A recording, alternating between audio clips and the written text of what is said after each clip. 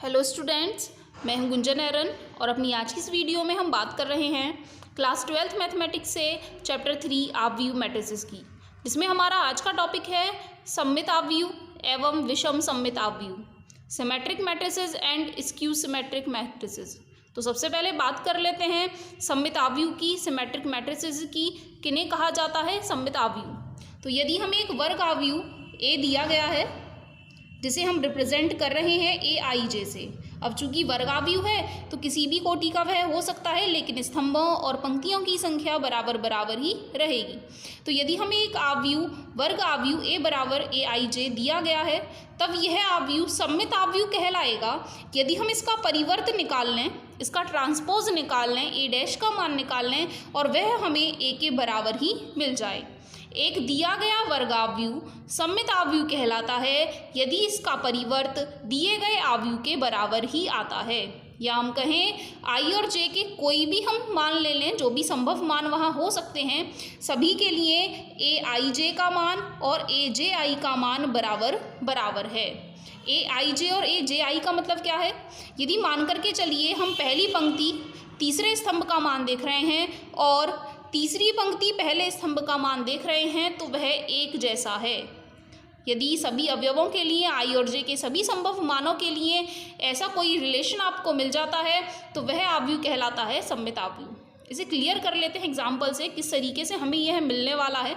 तो मान करके चलिए हमें एक आव्यूह ए बराबर दिया गया है, हम कोटि 3 का आव्यूह ले रहे हैं, जिसके अवयव दिए गए हैं √3, 2, 3, 2 माइनस में 1.5 -1, 3 -1 और 1। इस तरीके से यह एक आव्यूह दिया गया है वर्ग आव्यूह, जिसका ऑर्डर 3 है। यदि हम इसका परिवर्त निकाल करके बताएं, परिवर्त निकालने का मतलब है इसकी पंक्तियों को स्तंभों में बदल देना।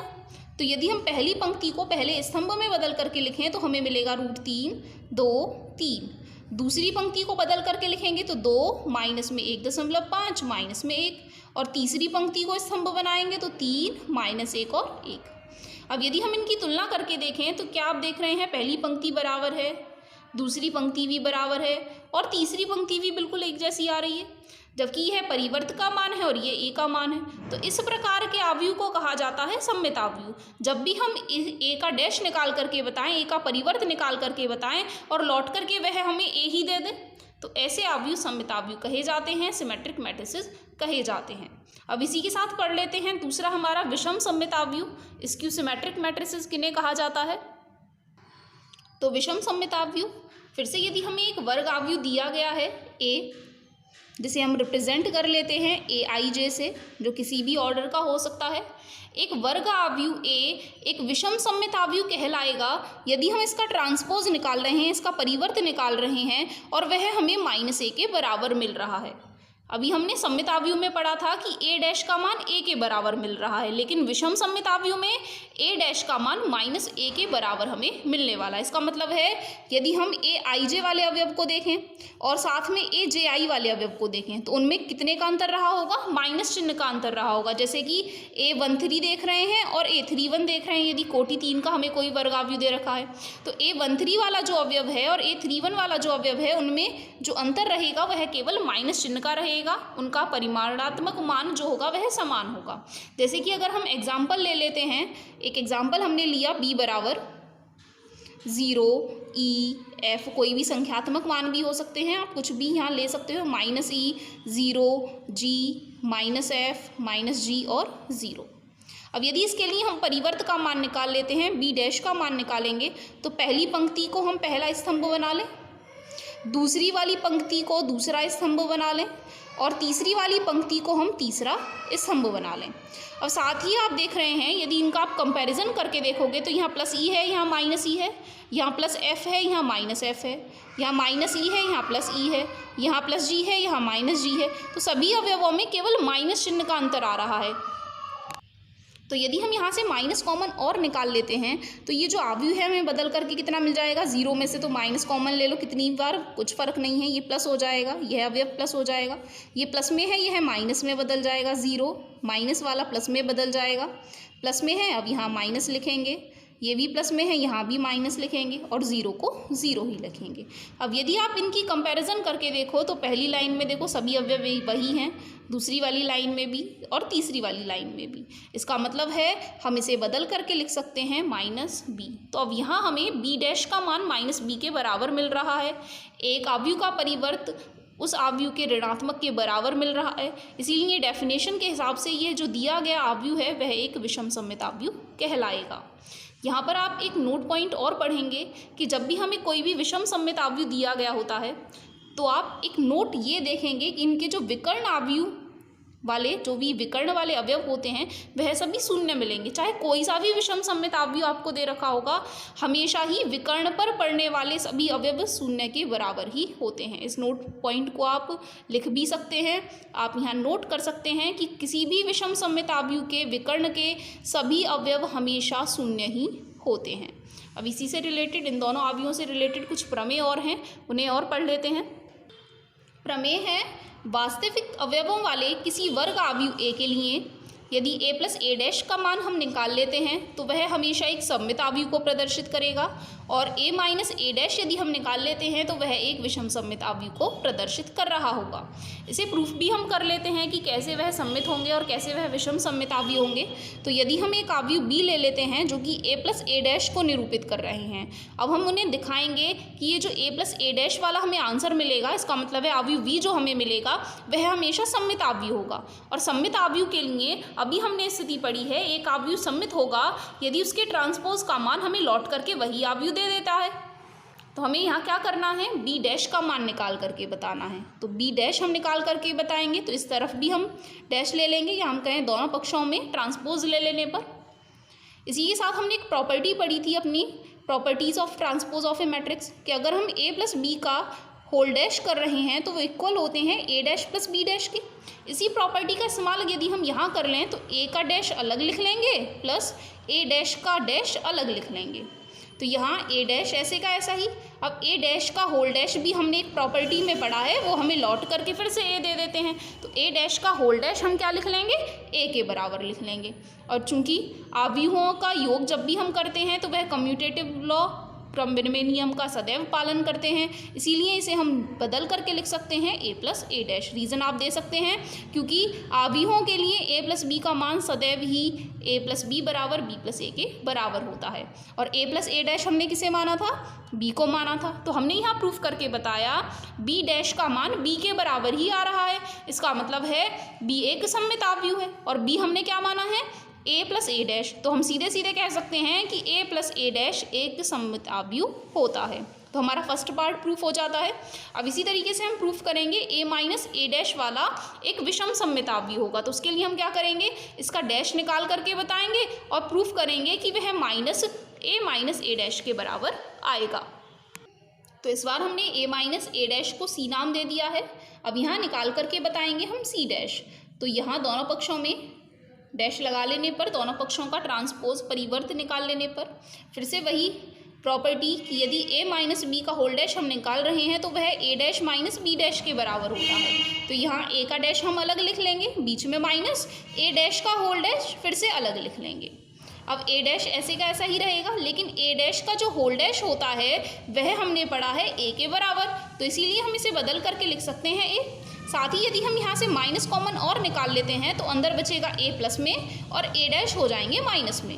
और a माइनस ए डैश किसे निरूपित करके बता रहे हैं, c को निरूपित करके बता रहे हैं, तो इसे बदल करके हम c भी लिख सकते हैं। तो यहाँ हमने अपने पक्ष को दिखाया है c डैश बराबर है माइनस c के। और ये जो प्रॉपर्टी है कि यदि किसी आव्यूह का परिवर्त उसके ऋण आव्यूह के बराबर आ रहा है तो वह आव्यूह विषम सममित आव्यूह कहलाता है। तो यहाँ इस तरीके से प्रूफ हो जाता है कि जो c बराबर a माइनस ए डैश हमने माने थे वह एक विषम सममित आव्यूह को प्रदर्शित कर रहे हैं। यही हमारी थ्योरम थी, a प्लस ए डैश को हमें सममित आव्यूह दिखाना था और a माइनस ए डैश को विषम सममित आव्यूह दिखाना था। इसमें एक थ्योरम और है, उसे भी पढ़ लें।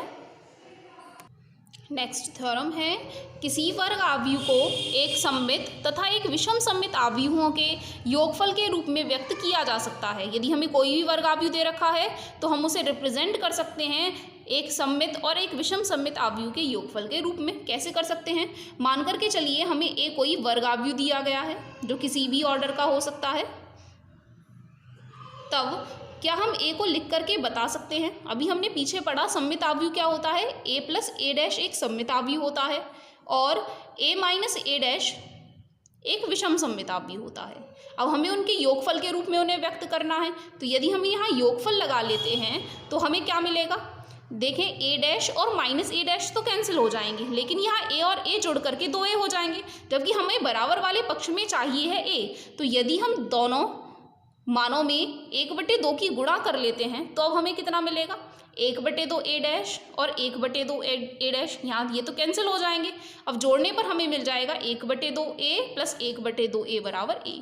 तो इस तरीके से एक दिए गए वर्गाव्यूह को हम एक सममित आव्यूह और एक विषम सममित आव्यूह के योगफल के रूप में व्यक्त करके बता सकते हैं। यहाँ जो पहले वाला आव्यूह है 1/2 गुणा ए प्लस ए डैश, वह एक सममित आव्यूह को प्रदर्शित कर रहा है, और दूसरा वाला आव्यूह 1/2 गुणा ए माइनस ए डैश एक विषम सममित आव्यूह को प्रदर्शित कर रहा है।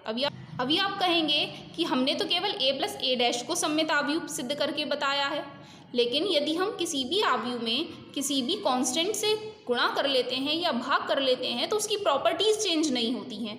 जब ये एक सममित आव्यूह है तो 1/2 की गुणा करने पर भी ये सममित ही बना रहेगा। इसी तरीके से अभी हमने केवल ए माइनस ए डैश को विषम सममित आव्यूह सिद्ध किया है, लेकिन फिर भी यदि हम 1/2 की गुणा यहाँ कर लेते हैं तो भी उसकी प्रॉपर्टीज़ चेंज नहीं होंगी, अब भी यह एक विषम सममित आव्यूह की तरह ही काम करेगा। तो यहाँ एक वर्गाव्यूह हमें मिल जाता है जिसे ए प्लस ए डैश सममित आव्यूह और ए माइनस ए डैश एक विषम सममित आव्यूहों के योगफल के रूप में व्यक्त किया जा सकता है। इससे रिलेटेड क्वेश्चंस भी आपको मिलने वाले हैं जो कि इम्पोर्टेंट होंगे। अब इस जो भी हमने पढ़ा है उससे रिलेटेड कुछ क्वेश्चंस को पढ़ लेते हैं। क्वेश्चन यहाँ लिखा है, सिद्ध कीजिए कि आव्यूह ए बराबर, जो कि ऑर्डर 3 का हमें मैट्रिक्स दिया गया है, एक सममित आव्यूह है। तो ऐसा सिद्ध करने के लिए हम इसका ट्रांसपोज, इसका परिवर्त निकाल के बताएंगे। यदि वह ए के ही बराबर आ जाए तो वह सममित आव्यूह अपने आप सिद्ध हो जाएगा। तो हम यहाँ इन्हें निकाल करके बताएंगे ए डैश। ए डैश बराबर क्या होगा? ए में जो पंक्तियाँ हैं उन्हें स्तंभों के रूप में हम लिखते चले जाएँ, हमें ए डैश पता चल जाएगा। पहली पंक्ति को यदि हम पहला स्तंभ बना देते हैं, दूसरी पंक्ति को दूसरा स्तंभ बना लें और तीसरी पंक्ति को तीसरा स्तंभ बना लें, तो ये हमें मिल जाएगा ए डैश। अब इन दोनों की तुलना भी करके देख लें, क्या पहली पंक्ति बराबर है, क्या दूसरी पंक्ति बराबर है, क्या तीसरी पंक्ति बराबर है? तीनों की तीनों पंक्तियां बराबर हैं, इसका मतलब है यह ए के ही बराबर है। और हमने अपनी डेफिनेशन में पढ़ा है कि यदि हमें ए डैश का मान ए के बराबर मिल जाता है, चूंकि ए डैश हमें ए के बराबर मिल गया है, इसीलिए ए एक सममित आव्यूह होगा। तो ये हो जाता है हमारा क्वेश्चन कंप्लीट। इसी तरीके से और भी क्वेश्चंस आपकी बुक में दिए गए हैं जिसमें या तो उन्हें सममित आव्यूह सिद्ध करवा रहे हैं या विषम सममित आव्यूह सिद्ध करवा रहे हैं। तो इसी तरीके से आप विषम सिद्ध कर लेंगे, ए डैश निकालेंगे, यदि वहाँ से माइनस और कॉमन आ जाता है, यानी कि ए डैश का मान माइनस ए के बराबर आ जाता है, तो सिद्ध हो जाएगा दिया गया आव्यूह विषम सममित आव्यूह है। नेक्स्ट क्वेश्चन है, आव्यूह ए बराबर, जो कि कोटि 2 का आव्यूह दिया गया है, के लिए सत्यापित करना है। फर्स्ट पार्ट में ए प्लस ए डैश एक सममित आव्यूह है और ए माइनस ए डैश एक विषम सममित आव्यूह है। ये एक मैट्रिक्स की हेल्प से हम अपनी पहली वाली प्रमेय को सिद्ध करना भी सीख लेंगे कि एक दिया गया वर्ग आव्यूह यदि है तो ए प्लस ए डैश का मान सममित आव्यूह और ए माइनस ए डैश का मान विषम सममित आव्यूह को प्रदर्शित करके बताता है। तो सबसे पहले हम यहाँ निकाल लेते हैं ए डैश का मान। तो ए डैश बराबर दिए गए आव्यूह का परिवर्त ज्ञात करके बताना है, 1, 6, 5, 7 का डैश निकाल करके बताना है, जो कि बराबर आएगा। पहली पंक्ति को पहला स्तंभ बना दें और दूसरी पंक्ति को दूसरा स्तंभ बना दें, तो ये हमें मिल जाता है ए डैश। अब हमें चाहिए है ए प्लस ए डैश, तो ए प्लस ए डैश का मान भी हम निकाल लें। ए वाला जो आव्यूह दिया गया है पहले उसे लिख लें, साथ में ए डैश वाले मान को प्लस लगा करके यदि हम लिख लेते हैं तो इन दोनों को जोड़ने पर हमें मिलेगा, संगत अवयवों को जोड़ना है, पहले अवयव को पहले अवयव के साथ, दूसरे अवयव को दूसरे अवयव के साथ। 6 + 5 11 है, 7 और 7 14 है। ये हमें मिल जाता है ए प्लस ए डैश का मान। अब हमें दिखाना है यह जो आव्यूह हमें मिला है वह एक सममित आव्यूह है, तो यदि हम इसका डैश निकालें और हमें लौट करके इसी आव्यूह को प्राप्त कर लें तो वह सममित आव्यूह सिद्ध हो जाएगा। तो अब हम निकाल करके बताएंगे ए प्लस ए डैश का होल डैश, जो कि बराबर होगा ए प्लस ए डैश वाला जो आव्यूह है उसका परिवर्त निकालने से प्राप्त आव्यूह। पहली वाली पंक्ति को स्तंभ बना दें, दूसरी वाली पंक्ति को फिर से स्तंभ बना दें, तो यह हमें मिल जाता है ए प्लस ए डैश का परिवर्त आव्यूह। यदि आप इन दोनों को मिलाकर के देखेंगे तो दोनों अवयव समान हैं। इसका मतलब है a प्लस ए डैश का होल डैश बराबर है a प्लस ए डैश के। इसका मतलब हम कह सकते हैं कि a प्लस ए डैश एक सममित अवयव है।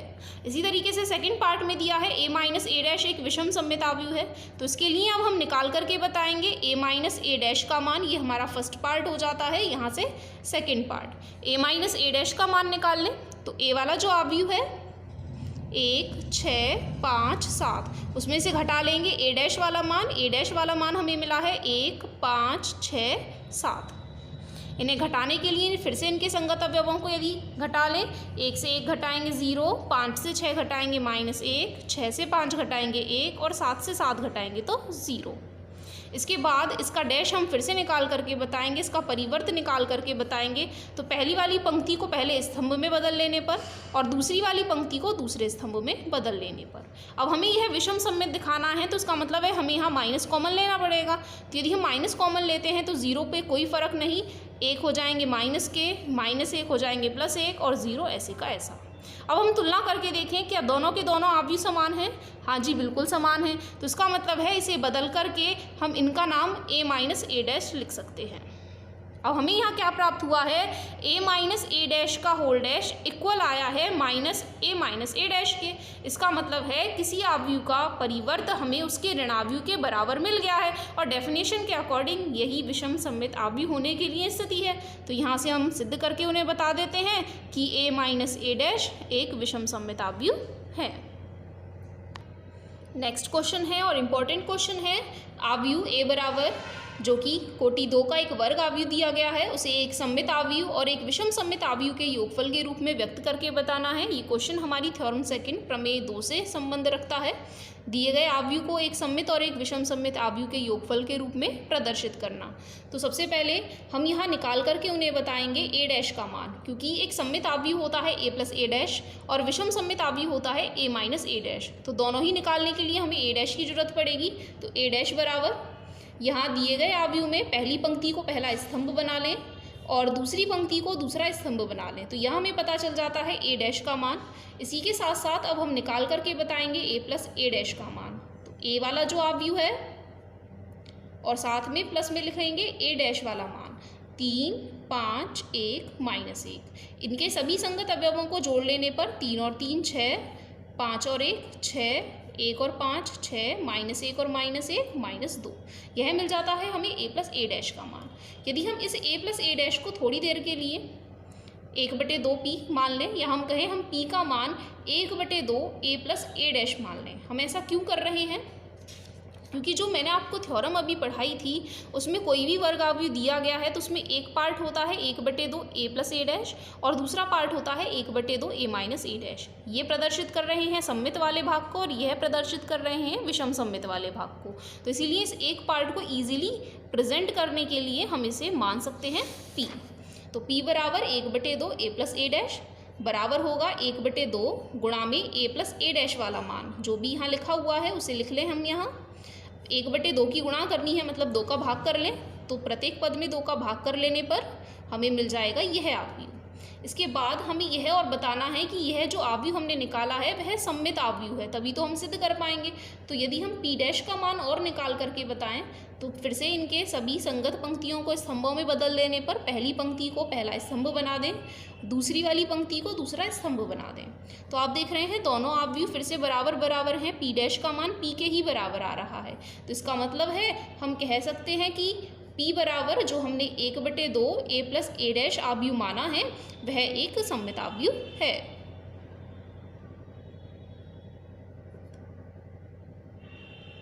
एक पार्ट हमारा यहाँ पूरा हो जाता है जो कि हमें पहला वाला सममित अवयव चाहिए है। अब इसी के साथ हम निकालेंगे अपना दूसरा वाला पार्ट विषम सममित अवयव। तो उसके लिए हमें a माइनस ए डैश की जरूरत पड़ेगी।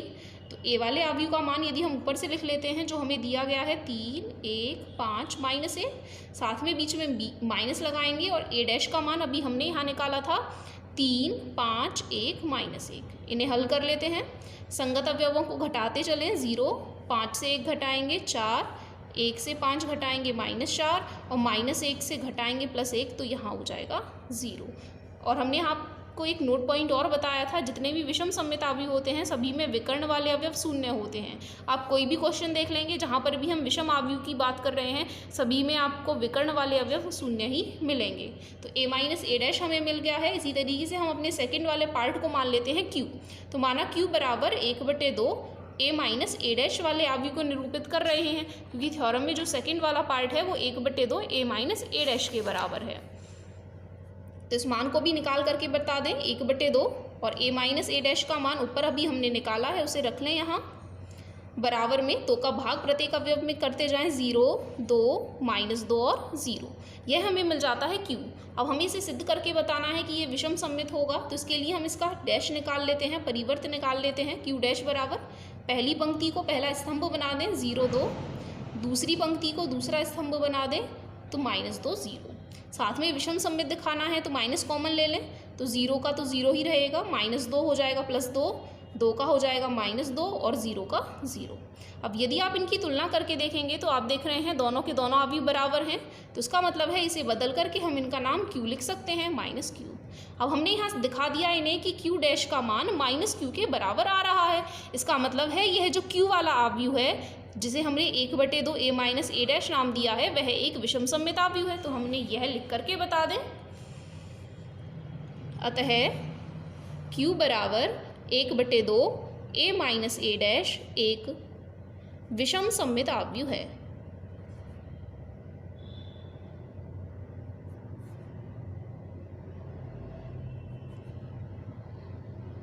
और यदि हम इन दोनों को जोड़ लेते हैं जो कि सममित अवयव p प्रदर्शित कर रहे हैं और एक विषम सममित अवयव q प्रदर्शित कर रहे हैं, तो p प्लस q का मान हमें क्या मिलेगा। अभी हमने जो यहाँ p निकाल करके बताया है p का मान हमें मिला था यह अवयव, तो इस अवयव को यहाँ लिख लें 3, 3 -1 प्लस q का मान अभी हमने यहाँ निकाला है नीचे, q का मान हमें मिला है यह अवयव, तो इस मान को भी यहाँ लिख लेते हैं 0, यहाँ 2, -2 और 0। यदि हम इन्हें जोड़ लेंगे तो हमें क्या मिलेगा, 3 में 0 जोड़ेंगे 3, 3 में 2 जोड़ेंगे 5, 3 से -2 करेंगे 1, -1 में 0 करेंगे तो यहाँ मिलेगा -1। तो क्या ये हमारे दिए गए अवयव के बराबर है। a डैश का मान ये रहा, p प्लस q का मान ये रहा।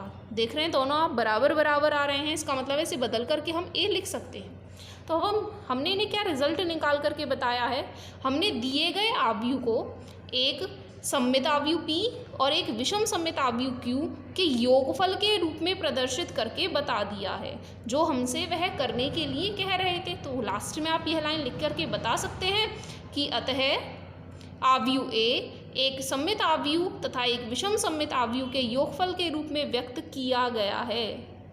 यही क्वेश्चन हमारा कंप्लीट हो जाता है।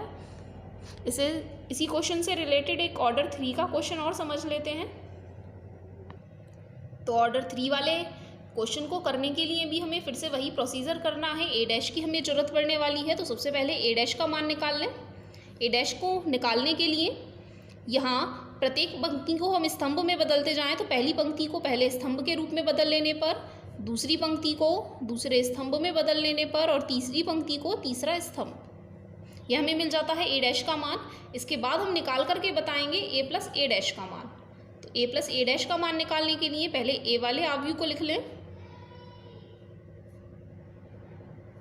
साथ में प्लस लगा करके a डैश वाले अवयव को भी हम लिख लेंगे।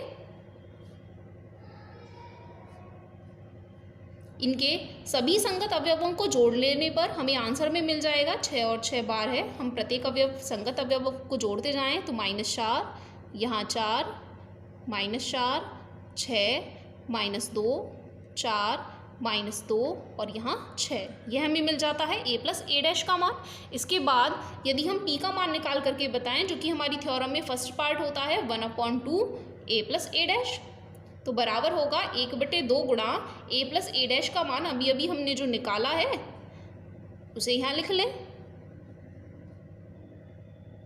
तो 1/2 की गुणा करने का मतलब है 2 का भाग हम प्रत्येक अवयव में कर लें, तो यहाँ हमें मिलेगा 6, -2, 2, -2, 3, -1, 2, -1 और यहाँ मिल जाएगा 3। यह हमें मिल जाता है p का मान। अब इस p के मान को हमें दिखाना है कि यह एक सममित अवयव को प्रदर्शित करके बता रहे हैं। तो सबसे पहले हम यहाँ निकालेंगे p डैश का मान। सभी पंक्तियों को संगत स्तंभों में बदलते चले जाएं तो यहाँ हमें मिलेगा 6 - 2 2, दूसरे स्तंभ के रूप में 2 - 2 3 - 1 और यहाँ 2 - 1 3। अब यदि आप इनकी तुलना करके देखेंगे, देखिए पहली पंक्ति बिल्कुल बराबर है, दूसरी पंक्ति भी बिल्कुल एक जैसी है, सभी पंक्तियाँ एक जैसी दिखाई दे रही हैं। इसका मतलब है यह पी को ही प्रदर्शित कर रहे हैं। और हमने पढ़ा है यदि किसी आव्यूह का परिवर्त उसी के बराबर आ रहा है तो वह एक सममित आव्यूह होता है। तो इस तरीके से यहाँ सिद्ध हो जाता है कि P बराबर 1/2 a + a' वाला जो मान है वह एक सममित आव्यूह है।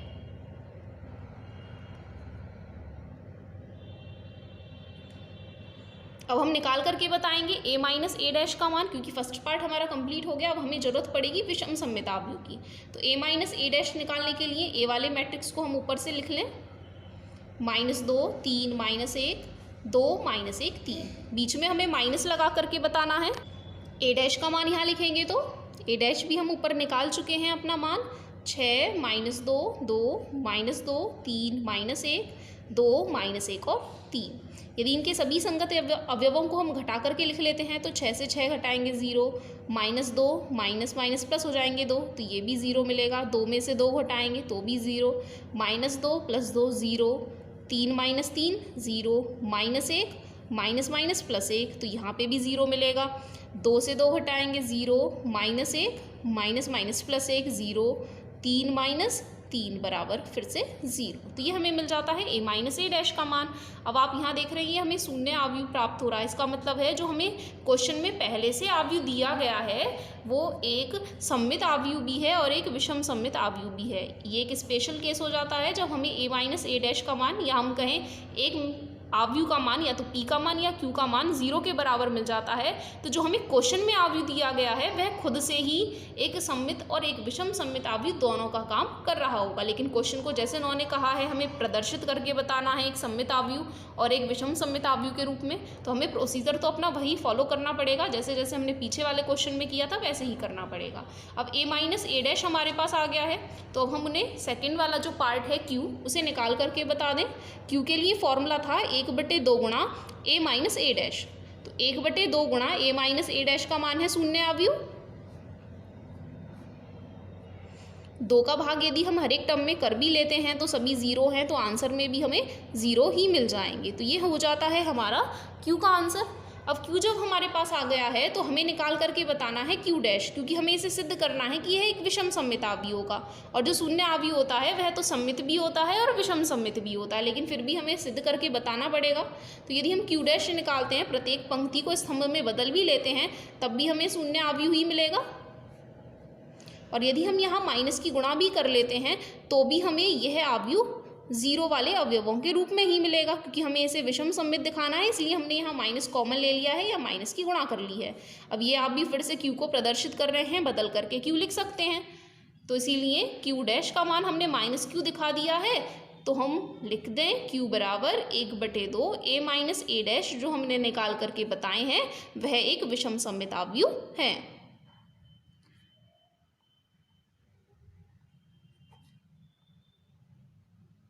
तो एक पार्ट ये और पूरा हो गया विषम सममित आव्यूह के लिए। अब हमें दिखाना है कि यदि हम p और q दोनों आव्यूहों को जोड़ लेते हैं, एक सममित आव्यूह और एक विषम सममित आव्यूह को, तो जो हमें क्वेश्चन में आव्यूह दिया गया है वही हमें मिल जाएगा। तो p + q निकाल करके बताएंगे। p का मान हमें यहाँ दिया गया है 6 -2 2 -2 3 -1 2 -1 और 3।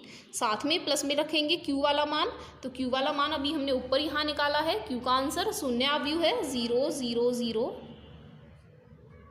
और यदि आप इन्हें जोड़ लेंगे तो जोड़ करके आपको यही आव्यूह मिल जाएगा, क्योंकि शून्य अवयव जोड़ रहे हैं हम सभी में, जो कि प्रदर्शित कर रहे हैं दिए गए आव्यूह a को।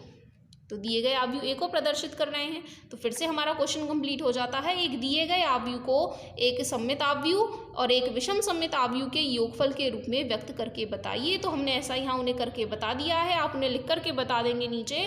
अतः आव्यूह a एक सममित आव्यूह तथा एक विषम सममित आव्यूह के योगफल के रूप में व्यक्त कर दिया गया है।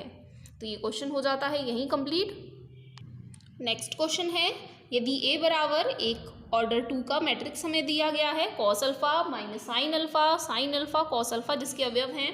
साथ ही हमें दिया गया है कि a प्लस ए डैश का मान एक तत्समक आव्यूह को प्रदर्शित करता है, आई को प्रदर्शित करता है, तो अल्फा का मान ज्ञात करके बताइए। तो हमें जो दिया गया है उसी का हमें इस्तेमाल करना है और अपने आप अल्फा हमें पता चल जाएगा।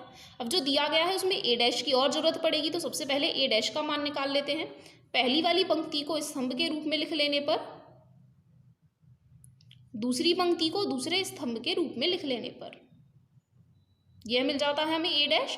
अब चूंकि हमें दिया गया है कि a प्लस ए डैश का मान i के बराबर है, तो हम सभी के मान लगा दें। a की जगह a का मान लगाएं, cos alpha minus sine alpha और यहाँ कॉस अल्फा।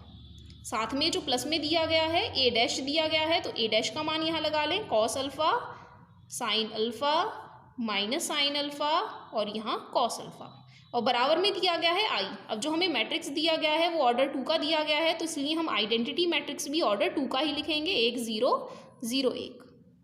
इन्हें हल कर लें तो पहले अवयव में पहला अवयव जोड़ेंगे 2 कॉस अल्फा, दूसरे वाले अवयव में जोड़ोगे तो 0 मिलेगा, एक माइनस में है और एक प्लस में है। यहाँ साइन अल्फा और माइनस साइन अल्फा फिर से 0 मिल जाएंगे, और कॉस अल्फा जोड़ेंगे तो 2 कॉस अल्फा। बराबर में जो हमें आव्यूह दे रखा है उसे ऐसे का ऐसा ही रखेंगे।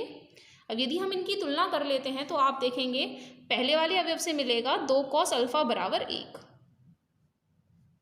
0 बराबर 0 वो तो सत्य है ही, 0 बराबर 0 फिर से सत्य है, 2 कॉस अल्फा बराबर 1 उसे हम लिख ही चुके हैं। इसका मतलब है हर एक अवयव से हमें एक यह स्टेटमेंट मिल जाएगा। अब इसे हल कर लेते हैं। ये हमने क्या किया है, इक्वेटिंग टू गिवन मैट्रिसेस। तो हमें यहाँ मिलेगा कॉस अल्फा बराबर 2 का भाग कर लेंगे तो 1/2। अब जो 1/2 होते हैं वो कॉस में कॉस π/3 की वैल्यू होती है, मतलब कॉस 60 का मान होता है, तो 1/2 को बदल करके हम लिख लें कॉस π/3। और यदि अब इनकी दोनों तरफ तुलना करेंगे तो हमें अल्फा का मान कितना मिल जाएगा, π/3। यही हमारा होगा सॉल्यूशन। क्वेश्चन में वो हमसे पूछ रहे थे अल्फा का मान याद करके बताइए, तो अल्फा का मान हमें मिल जाता है π/3। तो ये क्वेश्चन थे इस टॉपिक से रिलेटेड जिन्हें हमने अपनी इस वीडियो में कवर किया है। तो आज की अपनी इस वीडियो में इतना ही। धन्यवाद।